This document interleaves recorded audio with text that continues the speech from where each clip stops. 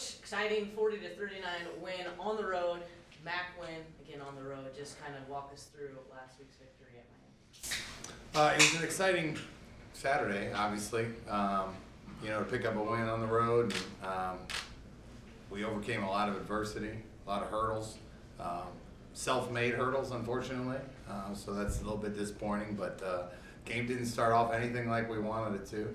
But our kids fought, and we knew it was going to be a close game, and made a couple plays. We had some guys with some great individual efforts and big play at the end to hold them to a fourth down, make them kick that field goal, and the guys are coming along. I thought our defense, we got to work on our pass defense a little bit. I thought they played pretty well. We turned the ball over twice on the 30-yard line. I was most disappointed in the offense. I was also most excited about the offense. I thought they came back and made some huge plays, but we turned the ball over twice, didn't score twice inside the 5, which forced us to have to be great late. And the exciting part is that we have the ability to do that. We got to not shoot ourselves in the foot, and we'll have a good chance to win games. Eastern is a team that, when you look at their schedule, it seems like there are a lot of close games. Is that another thing that you're coming off one, you maybe expect another one this weekend? Yeah, we went to overtime with them last year. They've been in overtime twice already this year. Offensively with their quarterback situation, they've been rotating. They're trying to figure out who they are. I think there's an identity thing there that they're working through. But defensively, they've been able to hold everybody low. They held Purdue low and San Diego State low, who's really good. They held Northern low. So they've all been close games, So it's going to be a challenge. Obviously, the defensive front is good. One of the best we've seen. Obviously, Michigan was special, but the 92 is an unbelievable player. He changes what you can and can't do. He's the same guy who knocked John out last year. So we got to know where he's at on the field the whole time. And they don't do a lot of things. What they do is they play their defense, and they play it well. So yeah, it's going to be a battle. I think Coach Creighton's done an unbelievable job. They're very well coached, and their fundamentals are great. They're able to stay in every game. So they're not. They played some really good teams. And beat a Big Ten team. So it's going to be a tough game. Coach, before we leave the Miami game, obviously Bird had another incredible game, and he's starting to get actually some national recognition. In fact, people were comparing him to Corey Davis already. And can you comment on him, not only him, but the guy who's getting him the ball, who had another really incredible game, John? Yeah, I would start everything off by saying I was very, happy with the way our O-line protected. They loaded the box. They weren't going to stop our run game. There was no doubt about it. They were going to put everything they had. We still rushed for 130 or 40, whatever it was, but they gave us coverages that we could pick our matchup. And Bird was a good matchup all day. We liked who they put on him. We're able to do some things to give him some rubs, to give him some space. Obviously being in the slot, you got a lot of space on either side of you. You don't have a sideline to contend with. And so it was a good day, coverage-wise, for him. And we kept calling his number because we liked that matchup. And they never really got out of that coverage because I think they were still afraid that we'd go back to just running the ball. So the run game kind of dictated all the matchups we were able to get. I thought John had about 4 or 5 really knucklehead plays that we're still trying to get out of him, and the other he was exceptional. His ball placement on some of those throws, his pulling down and running the ball. That was a big time performance, that we needed out of him, and really everybody. Drake Harris made some unbelievable catches. It was his kind of come out party, and D. Eskridge made some catches, and Keyshawn made a huge catch over the middle, and then Gio made it. Our guys were making contested catches is what we talk about all the time. So you don't want to put yourself in a situation where you need all those things, but when the opportunity came, we took advantage of them. Can you talk about what you saw in that 4th and 10 play that John picked up with his legs late in the 4th?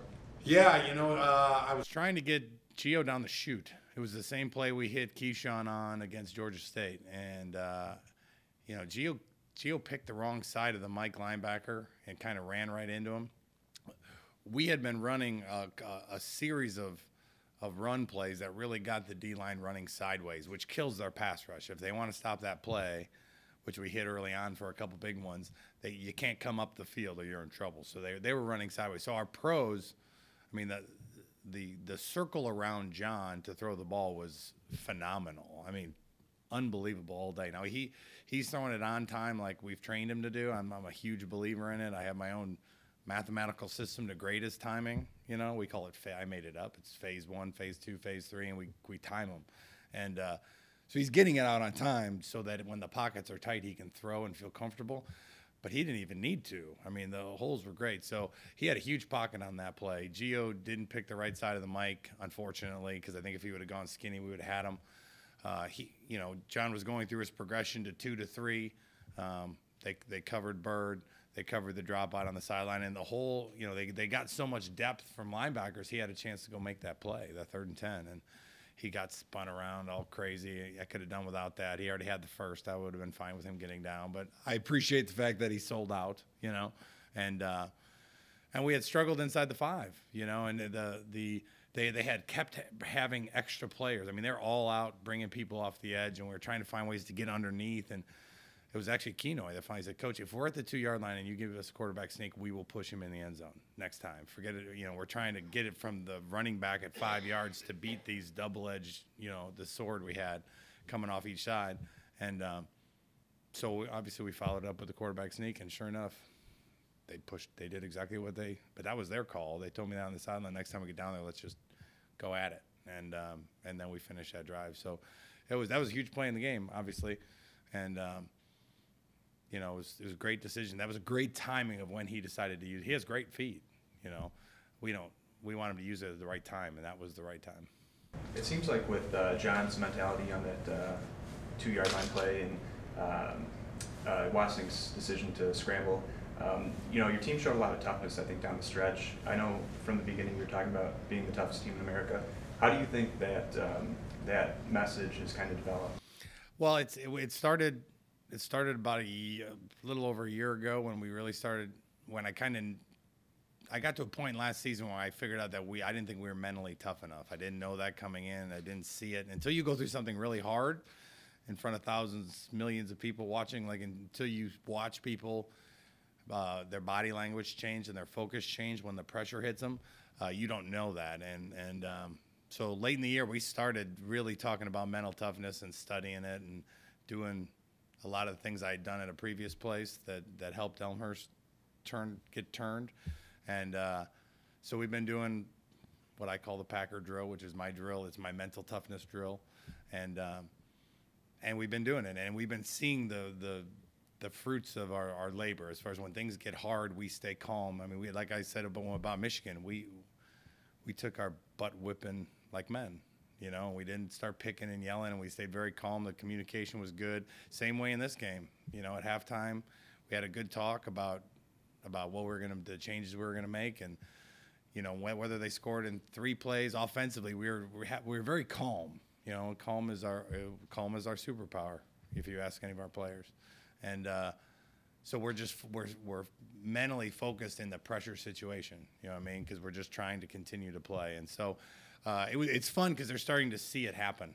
If you're going to be a team that wins a MAC championship or multiple MAC championships, you're going to have to win close games. That's what I think. So I think Northern Illinois has won so many. They win close games, and they're tough, and they play. I don't think they play better when things gets hard. I think everyone else plays worse, and they just stay the same. They're the same team in the first quarter as they are in the fourth, and that's not easy to do. And we're working really hard at it, and it's our mantra. It's our only goal. It's to be the toughest team in America mentally. We're physical, but I'm talking about the mental toughness side. And the guys, there was a lot of talk going on about that, going from the 3rd quarter going into the 4th quarter and after the game, and they're seeing the fruits of their labor and all the time and effort they put into it, and it's not going to be the last one, but it was fun to watch them continue to play. Coach, speaking of mental state, put yourself in Chris Creighton's shoe right now. They open with a big win, Monmouth, go to Purdue and beat a Big Ten team, kind of a program statement game. and then they lose at Buffalo by 1 score, and then have these 2 overtime losses. So you got to think those kids are probably feeling a little dejected anyway. Yeah, it's got to be frustrating, you know, as well as they've played to come up short, you know. And that's the name of the game. I'm sure he's continuing to try to get them to stick to it, and it's not like they've ever gotten beaten bad, you know what I mean? So I don't think they're a team that plays hard, and I don't think that's going to change. And I think they're obviously just going to keep pressing until things go their way. And but it's frustrating. I mean, they've lost. They've lost 3 games, probably by a total of, I don't even know how many points. 6. Yeah, I mean, so hardly any points for 3 losses. So they're one of the toughest teams we have in our league as far as you're not going to blow them out. I mean, they're going to be good on offense and they're going to be great on defense, and you got to go in there and play a great game to win. And that's what we need to do. We can't be shooting ourselves in the foot and doing those type of things, or they'll bury us. Finally, if you meant something about homecoming this week, the kind of crowd and the fact that we've got the 88 championship team coming back. I mean, Creeker's already here, but Creek's ready. Yeah, it's an exciting week. I mean, it's homecoming, so a ton of alumni come back. They always want to come back and support us, and this seems to be the game that a lot of them choose to come, supporting a team that are having a reunion for the team that won a MAC championship. And Coach Moldy, who recruited me here, is going to be back, which I can't wait to see him. And Creeker and his whole team that are still around the program, but they're all going to be together, and a bunch of the alumni are going to come back, and hopefully the field doesn't get flooded and we have to play on Sunday like last year. But someone reminded me about that the other day. I tried to repress it. But yeah, it's an exciting day. I mean, the crowd's going to be behind us for a change. The last 2 games we've been on the road, and we're just really we're focused on getting better. We have plenty of areas that we need to get better at, but I think we have a ton of talent, and I think our mental state we're in a good place.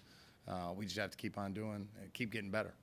You talked about winning the MAC championship earlier. You've talked about it a lot. Mm-hmm. I know that it's a 1 game at a time thing, but to win the first one, how important is that for your team? I mean, it's huge. I think winning the first one the way we won it is more important, because we could win 3, 4, 5 that way. You know what I mean? Whether we're chasing or whether someone's trying to come back and chase us, the toughness is it helps you put people away and it helps you claw back. And we weren't good at that last year. Everyone's like, oh, how can you say that? You won a 7 overtime game. We were up 34-17 in the 4th quarter at Buffalo. We should not have even gone to overtime. And we had a chance to win the Eastern game. We missed a field goal to win it. And so yeah, it's, I think we're going to be better in those situations, but to win one like we did, every MAC game is going to be hard. Every MAC road game is going to be really hard. I was glad to see that we overcame. We look young early. I mean, Bird fumbled, which we had been working on his ball security. No one's even caught him yet, and we kept saying, hey, you're loose, and we do a lot of ball security stuff, and that happened, and John fumbled, and we just kept shooting ourselves in the foot over and over again. And it's good that they realize that they can overcome that stuff, but that's stuff we hadn't done yet to that point on offense. We'd been fairly efficient, and I didn't think we were nearly efficient enough. And it's great to win and be able to bring them in and get after them. Like, hey, this isn't good enough. This isn't good enough. Oh, by the way, you're 1-0. This isn't good enough. You know what I mean? So that's a great thing to have. And so it's I like where we're at, but it's only going to get harder. Coach, 9 penalties for almost 100 yards last week. Is that something that your coaching staff has really harped on? Yeah, because we were top 20 in the country last year and this year at that. And some of them were there's a block in the back that I still haven't seen, and some were offsides penalties. We gotta back up, but there's some uncharacteristic penalties that we have to get fixed, and I know that it's been a badge of honor for us, that we've always been one of the least penalized, top 4 every time I look at that thing. And I don't know, we probably slip to the middle now, but we got to be smarter. And there's aggressive penalties, and then there's just bad penalties, And you know, if a guy is going after the quarterback and he just pushed him, they said he took one more step and he's trying to get after the quarterback. That's a hard one. You know, I try to just coach him up and put my arm around him and say, just be smarter next time. He didn't lead with his head or anything like that, you know. So you got to figure out the intent. Sometimes it's just a bad holding call, you know. And so we have to have more discipline because that hurt us. There's one drive, I think the penalties took them all the way down the field. You know, I think our defense gave up 22 points. Offense gave them 10, you know, on 2 turnovers, a touchdown and a field goal, and then the kickoff team gave them 7. So we have 22 points, and one of the drives was all our own doing, you know. So so there's a lot to fix, which like we said, it's fun to have a lot to fix after and have a W, you know. Coach, you said you were talking about penalties, but is there any other part of the team that you think is in dire need of fixing coming up in the halfway point? Not really. I mean, I would never say fix. Improving, yes. Improving, no doubt. I think we need to be. We knew we were young on defense. We got to be better in the back end. You know, we either have to get to the quarterback faster or do a better job covering, because they had, in my opinion, too many yards in through the air. I mean, we held them to 50. We thought they were going to come in and run the ball. We held them to 55 yards rushing. I thought they did a great job of saying you're gonna have to throw it to beat us, make them one-dimensional. You know, so I think we're getting better there. We can't turn the ball over on offense, which we hadn't been doing, but we did twice. And we got to get better in the special teams. You know, I thought our kicker did a pretty good job kicking off. His times were great. His locations were great. We had 2 guys not do their job on the kickoff, and they have been replaced. So we have fixed. I hopefully fixed that. You know, and by the next one we got better at that. We got to kick it better. We got a freshman that's only getting better every time he kicks, doing that, and we got to keep our arm around him. He'll get better. He's still 4 or 5 on the year in field goals, you know. So I don't think there's anything to fix. I think there's a lot that we can improve on, and if we improve fast enough, then we'll have a shot in every game. Yeah. It looked like Eric Asua's maybe lower leg got a little bit dinged up. Yeah, he practiced today. I mean, he's not 100% by any means. I mean, he was walking around at the end, pretty good. You know, sore the next day, but he wasn't out today. He was just limited. You know, we limited a couple guys. But I don't think anybody was out today. I mean, other than the surgery guys that are out for the season, but there was nobody that didn't participate today in some way. We know that Tuesdays and Wednesdays are so important for us that if you can go, you can go. You might only go 5 plays, but you need to be out there with us. And you might be over there doing conditioning and only go a little bit, you know. But we probably have 4, 5, 6 guys that are going to do everything they can on Tuesday, and then the next week they'll do more. You know, Tony Balabani he hardly did anything 2 weeks ago, and he did more last week, and he's probably do everything this week, and then he'll be right back in, and he won't be limited. He'll be full go again, you know. So, but Asua was back out there, and that'll help. I mean, this team has given up. I don't know if they're last in the country in sacks. They're close. I mean, people have got to their quarterback, you know, and Asua's pretty good at that. I'm sure that'll make them feel better quicker, you know. I think after the game you mentioned flipping over the play sheet to the fun side. I guess what's it like knowing that, you know, you have those plays in case maybe, you know, something like what happened at the end of the first. Yeah, when you get into that, I mean, we want to, and we will continue to run the ball. We run the ball to set everything up, and running the ball gets us coverages that our receivers love and our quarterbacks love, and gives us a better chance of executing. We don't want to get to where we have to throw. A 2-minute drill at the end of a half like Georgia State, that's great, you know, but we got the point we're down, and we need to be aggressive and call it aggressive. And, you know, I played for Bill Cubit, and he was aggressive now. And when I played for him, it was fun. So you kind of flip it over, and you're like, here we go. You know, we're still going to run it every 5th play, you know, as opposed to throwing it every 5th play, you know. So, or instead of, yeah, we normally throw it maybe, we try to be 50-50, but we're probably 60-40 run to set up our shots, you know. But when a game like that, we have the ability to do both. Your first year at Western Michigan, and you got your first career touchdown this past week, a big catch, getting your toe down at Miami. Just talk to us a little bit about kind of your progression here at Western Michigan and then getting that first touchdown. Yeah, I mean, it's been fun so far. Coming here, I knew that Coach Lester and his staff were great offensive mind guys, and John Wasink obviously has been playing at an amazing level, and the catch that I had, we've been working on it a lot in practice, fade balls and everything, and I figured that he was going to come to me that play. It was an RPO, so he could have either handed it off or thrown it to me, and I saw that the box was clouded and that I had one-on-one coverage, so I figured that he would throw it to me, and he made an amazing throw, and I was able to get my foot down, so it was pretty special. Drake, Coach was just talking about your performance Saturday and about the contested catches. Yep. You're obviously a big receiver, and I'm sure John likes the matchups that he has against corners and safeties with you. Yep. But can you talk about with the ball's in the air, kind of what, about your mentality going up to get it? Yeah, I think every receiver's mentality should be, if the ball's in the air, that it's your ball and you have to go get it. And the coaches have stressed a lot that we need to make contested catches, and I feel like I was able to do that this weekend, and also all the other receivers were able to do that. We all made some big plays, and like I said, if the ball's in the air, you're supposed to be your ball, and that's just my mentality whenever I'm out there. As coach says, the goal obviously is to win the MAC championship. To do that, you need more wins than losses. But to get a win in the first game, like you guys did, how important is that for? Very important. I mean, it just showed the fight that we have. Being down, I believe it was 13 at half, and to be able to crawl back from that. I mean, we didn't play that well in the first half as an offense, but second half, obviously, you guys saw that we got it clicking and the chemistry going. But that's a huge win for us. Go on be on a away team and going to Miami and getting a win like that. So it was huge for us.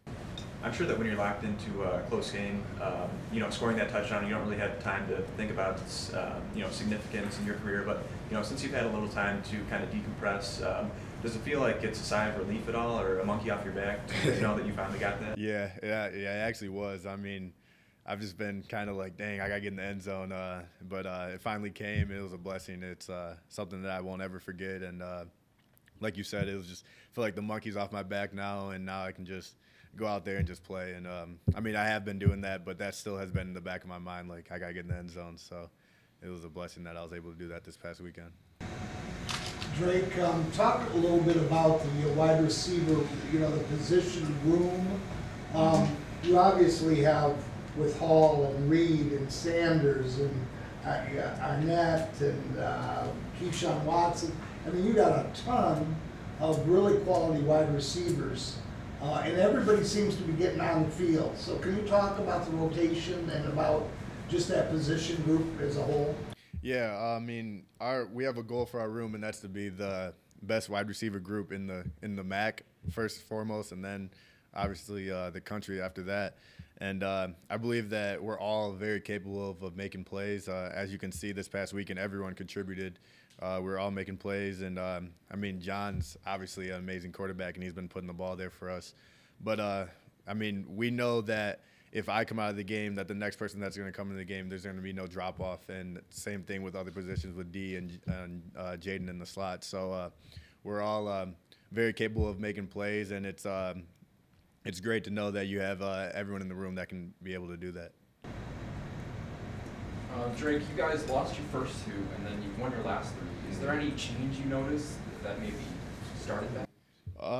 I mean, I don't think so. I mean, I think the first couple games we were just trying to we're figuring each other out. I mean, I'm new. I mean, we know we have a lot of other players that are new. We're kind of young. So, I mean, we just kind of had to get the chemistry going. And obviously you can see once we did get it going, we just have taken off from there. And defense is playing well, offense is playing well, and we just continue to build off that.